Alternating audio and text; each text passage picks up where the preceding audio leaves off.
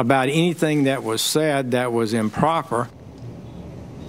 Well, the Attorney General frustrated Democrats today by thwarting their attempt to expose more information about the firing of the FBI Director, Jim Comey. Arash Aramesh is a national security analyst and says the Attorney General's testimony today shows that he must resign. He joins us now to explain why that might be. Arash, why should he resign? Well, let's begin by explaining that Mr. Sessions should not have been there to begin with as Attorney General. But since President Trump values loyalty so much, and he happens to create a little cult of personality around him, Mr. Sessions, this senator, embattled as a nominee for a federal courtship. He finally got the position. Now, I'm not saying, and let's be clear about this, okay, Tucker, I'm not saying any of these guys are traitors. What's the point? I'm not. Okay.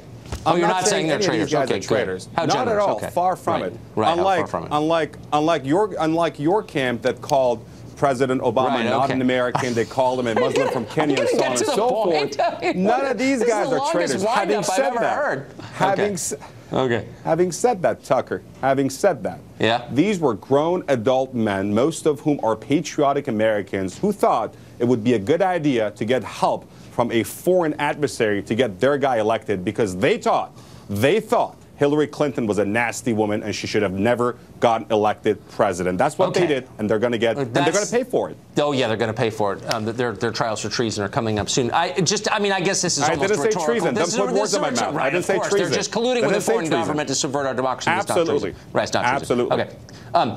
Do you have any evidence at all, or is this just something that you heard on MSNBC and you're repeating for our benefit? Well, if you actually happen to read newspapers, which is a good thing to do, New York Times, Washington Post, or if you read memos that come from the DIA, DNI, NSA, CIA, FBI, or, for instance, the National Reconnaissance Office, you will see that there are 17 or intelligence and law enforcement agencies that would say, you know what, Tucker, pick up a newspaper and check it out. Yeah, you should. You know what, you should. You're in the news business. You're in the news business. You're no longer in entertainment. You're in the news business, and you should check out a paper. You know what? Ever done. But let me just hold on just one sec. Do you have any evidence that the Attorney General of the United States, the former Alabama Senator Jeff Sessions, had any improper contact with the Russian government and that it influenced his views about American policy on Russia? Do you have, I mean, none of that evidence came out in today's testimony, but maybe you're privy to something from the National Reconnaissance Agency, or since you read their documents, you said. It's not National Reconnaissance Agency, it's National Reconnaissance Office. If you ask one of your frat buddies, they might actually send you some literature on that, Tucker. But here's the thing. Jeff Sessions, if Jeff Sessions or people like Jeff Sessions, such as Kushner, or people like Kushner, such as Flynn, are not worried about a thing, they should testify. They should testify openly. They shouldn't invoke the Fifth Amendment. They shouldn't invoke executive privilege. They shouldn't. Anyway? And he kept talking about how he didn't remember. He's a former prosecutor. Now we're almost out of time. He has a bad memory. The sands are flying through the hourglass now, but do you have any evidence, again, that Jeff Sessions had improper contact with the Russian government and that in some way influenced his behavior that undercut American interests in favor of Russian interests, that he did something wrong? Do you have any evidence of that at all? There is a lot of circumstantial evidence that links him to improper behavior. He recused himself, and guess what? So when someone comes out, here's a line. I know you don't like to read, but here's another line. It's from Shakespeare. It's from Shakespeare. Check this one out. Ask one of your frat buddies to send you this book. It's from Shakespeare. It says, "Methinks the lady doth protest too much." Look it up, see what it means. But when someone comes on TV, what play is that from? Do you know? You actually should look it up. I'll give you 2 points. It's either Macbeth or Hamlet, but you look it up because it's actually good. All right. Yeah. Look it up. I'll give you 2 options. Look up Macbeth. Okay, very quickly, I just want to ask you about an exchange that happened today. We have actual tape of this. I don't think you saw the hearings, but here's one exchange that took place between Tom Cotton, the Arkansas Republican. Watch this. Do you like spy fiction? Have you ever, in any of these fantastical situations, heard of a plot line so ridiculous that a sitting United States senator and an ambassador of a foreign government colluded at an open setting with hundreds of other people to pull off the greatest caper in the history of espionage? Thank you for saying that, Senator Cotton. It's just like through the looking glass. I mean, what is this?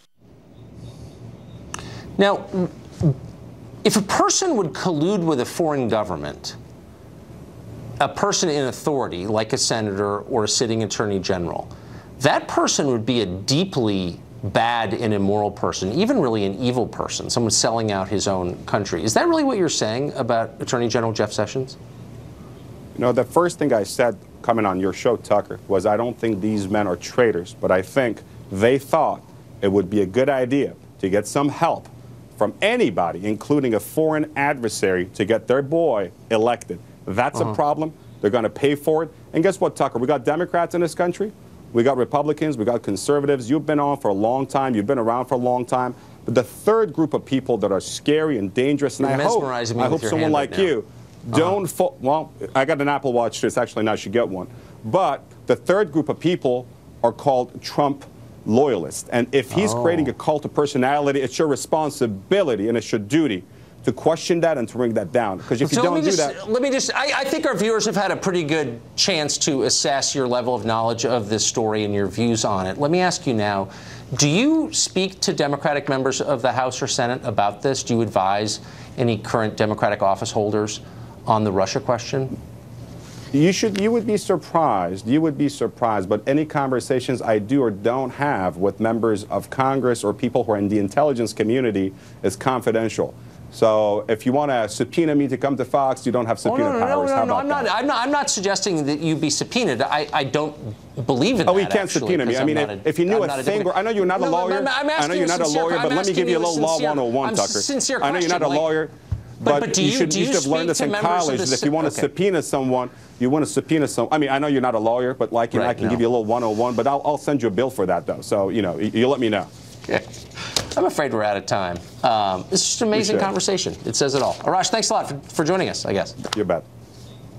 Well, the Post nightclub shooting happened a year ago. Up next, journalist Chadwick Moore will be here to talk about how a vigil honoring the victims of that massacre